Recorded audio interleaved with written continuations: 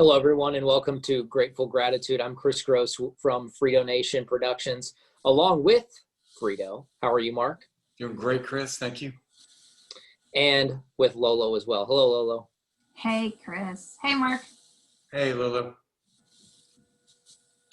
Today, guys, this was actually a requested topic. I had someone reach out to me, and after I did my last Grateful Gratitude meeting, which was on conquering your giants, and I spoke about how important it is to have failure in our lives. And she had asked me, would you do a podcast in your next series on why failure is important? And I thought that was amazing. And I think all three of us have some great input on this, and I'm sure we've all had some failures. But I just want to say a couple quick things. The first thing is, I always say that if you fail, you either become wounded or you become a winner. And if you decide to say, I failed, I'm never going to do it again, you put a negative mentality and spin on whatever you're doing, as opposed to saying, well, you know what, this didn't work out. I'm going to try to do something else, or I'm going to try and take a different approach, and we've all talked at length about how mindset affects your success. But something I want to say is having a 3-year-old grandson, and of course, Kris, with your little one, kids begin to walk, right? But when they begin to walk, how many times do they fall? That they never, ever give up. And it's because I believe they have the mentality and the mindset not to stop, but not to take it as a negative. Because when you fall, they tend to just pull themselves back up and walk along the couch again. Or little Levi, if he gets shoes that might be have like a hard rubber on him that catch on floors and he'll fall, he just jumps back up. And I'd like to keep that visual in our minds when we are doing something. Yeah, and you know what I think about this too, Lolo, and I think back to, Frito can speak to this too, us both being in radio, you're in a very hands-on profession. And I think the quickest way I learned was when I did something wrong and somebody would tell me, this is the way to do it. And here's the other thing I'll tell you is that by the time I got to 5 years in, I was much better at what I did than when I got started. And I think the thing about learning from your failures, it's not that you just drop down from here and you can get back. I think you learn a lot from your lessons and you can move up even to a higher level. And from my own personal experience, doing things, as you fail, you learn a better way to do it. And you can even end up doing things quicker, faster, do things better.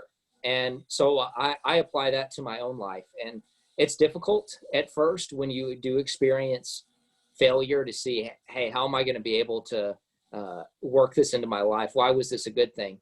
But when you look back on it, you can say, I wouldn't be at this point where I am. I wouldn't be able to do the things that I can do right now as effectively as I can if I hadn't stepped through the failure in the first place. Failure is such a important ingredient to success.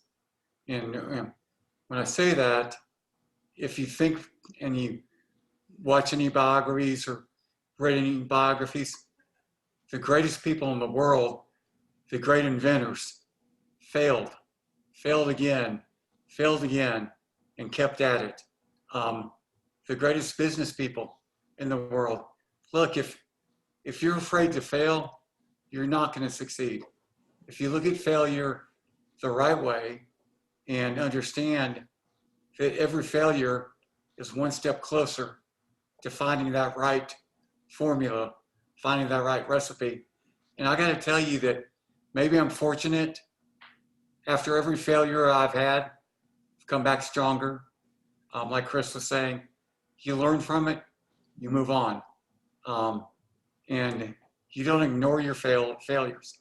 I actually, in a way, embrace them because I know, okay, there's something I'm going to learn here and I'm going to be better off for it. And in radio, Kris, when when you fail, a lot of times there's hundreds of thousands of people listening to you fail. So you can't be afraid of it. I have to totally agree with that. One thing I want to say too is we can't be good at everything. You know, God puts dreams in our hearts, and He kind of expects you to ignite that little spark to do His plan. But sometimes we think we want to do things that maybe we're not well suited for. There's a lot of things. I don't play sports well. I don't sing well. But when He put the ministry in my heart, it didn't matter what people thought. It didn't matter if I had money for the heart. It didn't matter. I was going to succeed. But the same thing, I was going to learn with each failure along the way. And, you know, Walt Disney was fired from his first newspaper job because they said he wasn't creative.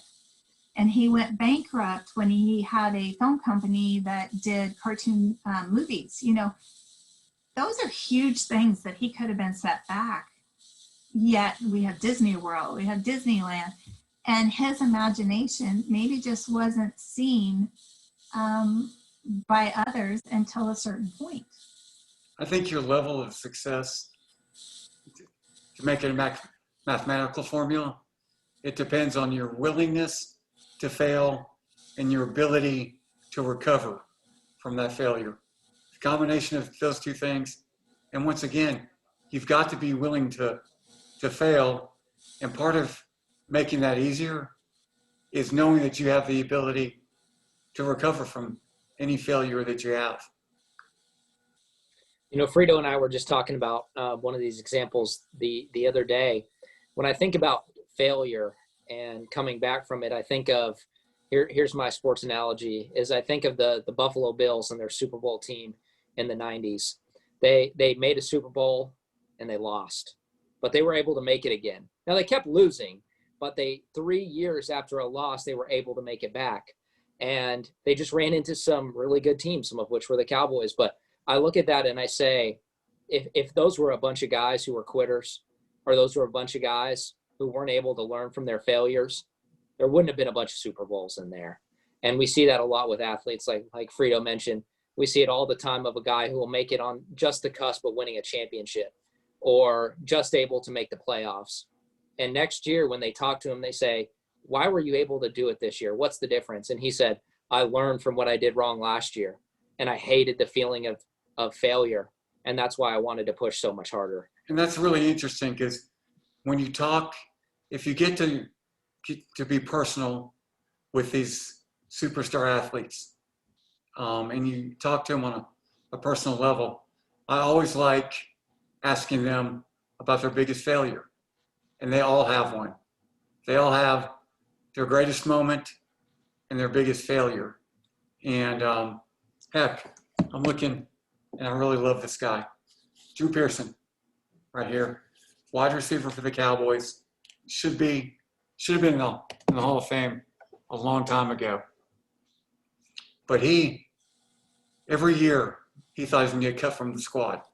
And every year, he would just be a superstar. And he had that healthy fear of failing, but knowing that, hey, nothing's going to stop me. And all those athletes, businessmen, LoLo, I talk about Mark Cuban and Jerry Jones quite a bit. I've got to know them on a slightly personal level. And one of my favorite Jerry Jones stories is he talks about getting a credit card cut up at Love Field when he was trying to rent a car. Jerry Jones, who is one of the wealthiest men in sports, made his money from drilling holes in the earth, trying to find oil. And if you know anything about that business, you fail most of the time. When you dig that hole, you know, every once in a while you strike it rich, but for every time you strike it rich, there's plenty of times it's just not an out failure, but you keep going at it. And, you know, I think too, Lolo, that there's plenty of good examples from sports heroes, but I think of all the examples we have from Bible heroes as well. And sometimes when you look in Hebrews 11 in the Hebrews Hall Way of to make Fame, me look shallow, Kris. no, I think they're all great. And a lot of those people who are in, the faith heroes, some of them are more known for their failures than the things they did right. We have Samson and Rahab, and there was only one perfect guy in the Bible. And I know that it was written like this for a reason, to show us that there were tons of people who failed, but they did lots of good things as well. And that can be an example to us. And that exactly is where I was going to go after Frito was talking, because it is so true. All you have to do is Google failure in the Bible and go and, there's so many examples. And more than anything, it truly is, what can we learn from this? And, we're blessed as Christians to have God's forgiveness for our failures, if it's maybe something that's really bad. But we have that ability to overcome. And a lot of it is because of the faith that we have.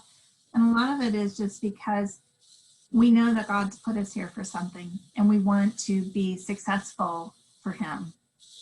So good talk, guys.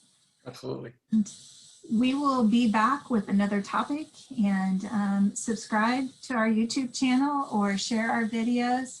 It's really important, even if we just have one person hear something that they need to hear today. That's why we're here. So until next time.